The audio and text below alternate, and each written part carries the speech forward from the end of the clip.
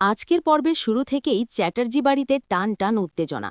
তাপস রাগে ফেটে পড়ে সবার সামনে বাণীর দিকে আঙুল তুলে বলে, এই মেয়েটা বাড়িতে ঢোকার পর থেকেই সব শেষ, সব কিছু ধচনচ করে দিয়েছে, আমার ছেলের জীবনটাই ধ্বংস করে দিয়েছে। এই কথায় ঘরে নেমে আসে নিস্তব্ধতা, কিন্তু অনিরুদ্ধও আর চুপ করে থাকে না। সে ধীরেই কিন্তু দৃঢ় কণ্ঠে বলে, আজ হঠাৎ করে বাবার ছেলের প্রতি এত দরদ উথলে পড়ছে, আজ মনে পড়ছে আমার জীবন ধ্বংস হয়ে গেছে। অনিরুদ্ধ একের পর এক সত্য তুলে ধরে। বাণী কখনো এই বাড়ি বন্ধক দিতে বলেনি, বরং সে বারবার মাকে বারণ করেছে, কিন্তু মা শোনেনি।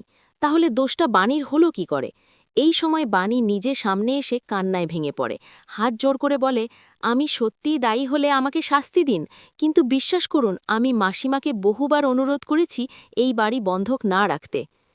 ঠিক তখনই মৌলিক কটাক্ষ করে বলে, একদিকে বলছো তুমি কিছু করনি, আবার অন্যদিকে ন্যাকা কান্না করছো, তুমি দুই নৌকায় পা দিচ্ছ।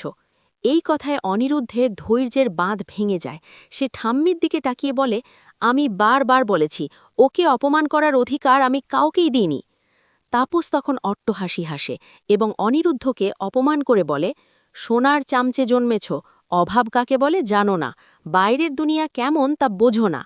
এরপর হুমকির সুরে বলে, বাড়ি বন্ধক হবে, আমি এটা কখনো আটকাতে দেব না।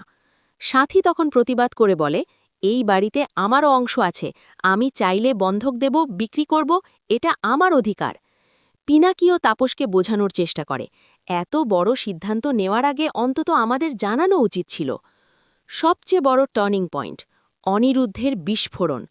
সব কথা শুনে অনিরুদ্ধ আচমকা কাগজগুলো হাতে নেয় এবং সবার সামনে ছেড়ে ফেলে। এই সোনার চামচ আর আমার দরকার নেই, আমি সব ফিরিয়ে দিচ্ছি। সে বলে, আমার মা আর আমার স্ত্রীকে যে বাড়িতে অপমান সহ্য করতে হয়, সে বাড়িতে আমি এক